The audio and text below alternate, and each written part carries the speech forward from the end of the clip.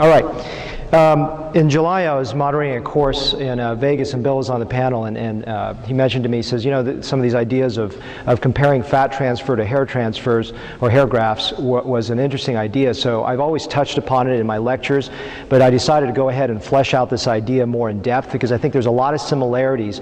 And with those similarities, I think there's going to be some very good educational value, whether you're just starting out in fat transfers or whether you're mature in the practice. So this is going to be more about thinking, but thinking is something very, very important because without thinking, you're not going to be able to do the strategies. I think you've heard about an hour and a half of technique. I want to go through more sort of just general thinking process.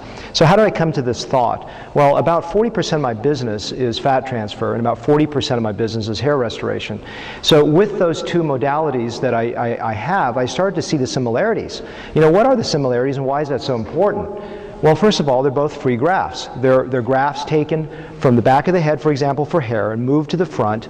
They're free grafts. They're not sewn in. There's no microvascular connection to it.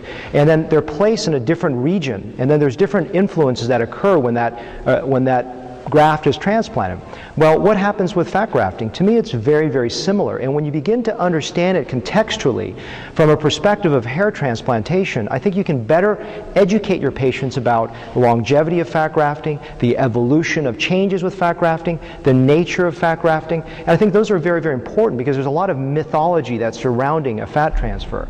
So hopefully this idea is going to be clear as we proceed. So it started with this.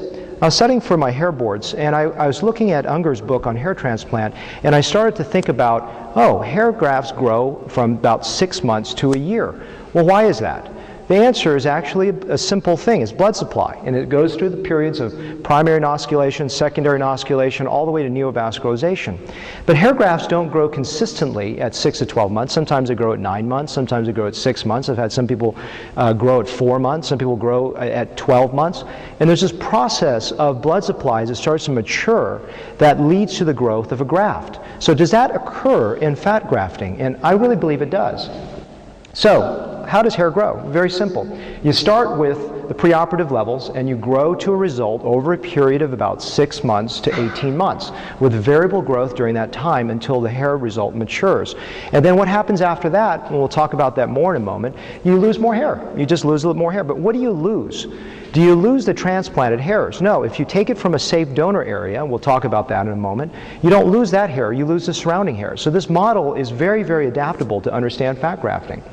The only difference is when you put fat in, there's a lot of volume instantaneously. So that looks like a result. But as everyone knows, there's edema, there's fat cells that may be engorged, that may be smaller than they are, larger than they are. Whatever it may be, there's an element that looks like a result very early on. And then what happens, I think, is a lot of people go through the first 3 months and go, well, the fat grafting went away and it's gone. Well, is that the case? No, you're seeing these long-term results years out. And if that's the case, why does fat grafting last? Is it, is it permanent? And the answer really, it is permanent. And so that's a good and a bad thing, and we'll talk about that in a moment. So the concept is there's a period of time when the fat doesn't look as good.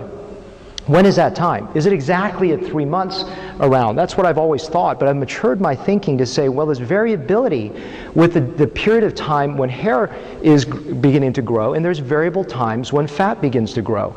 And that fat does mature, it does improve. If you look at your results at 7, 8 months, then maybe 12 months and 18 months, I encourage you to follow your results.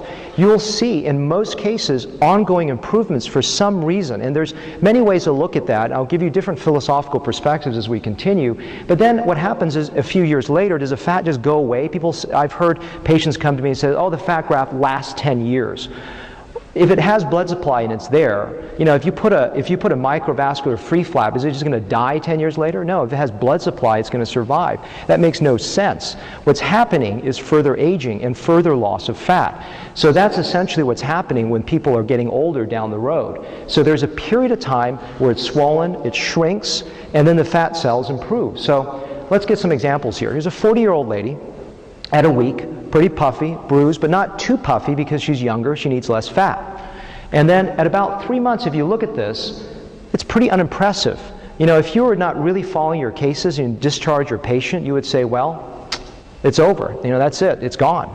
But if you wait for her and she's out of town, so I didn't see her until about a year, She looks better, not perfect. There's still some tear troughs. There's areas that are not perfect. Fat doesn't fix everything.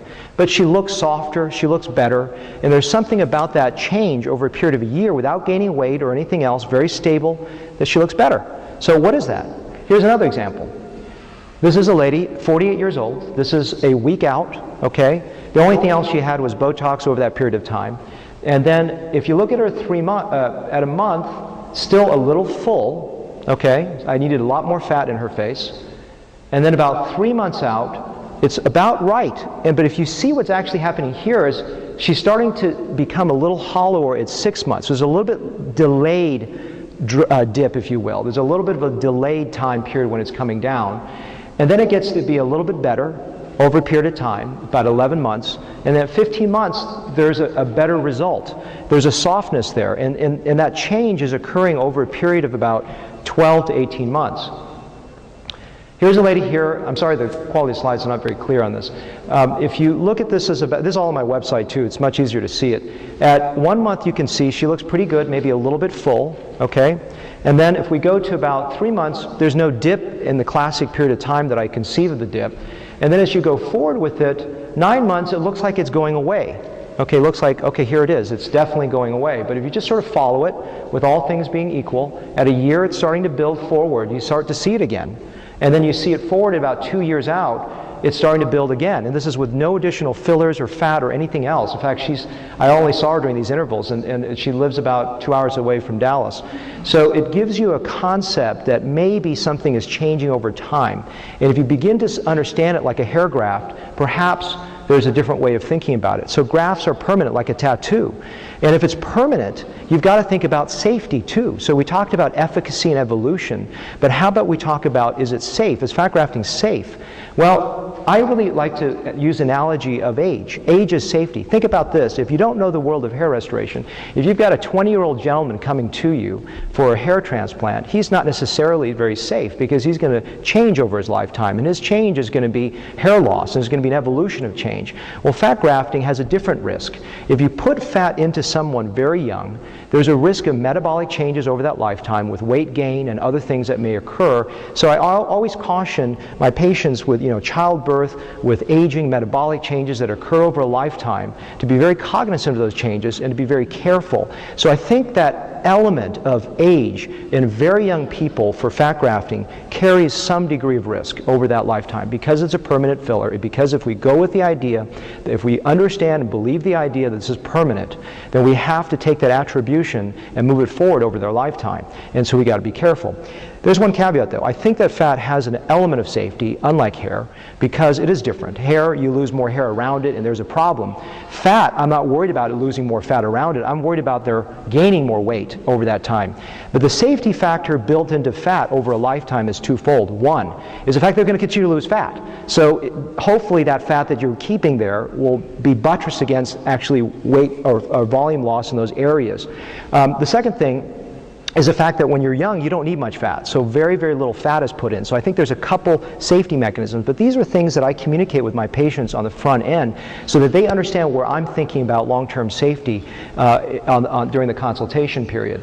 So hair loss, what's ideal amount of hair? A lot, right? There's very few people that would say I have too much hair. And so ideal is a ton of hair.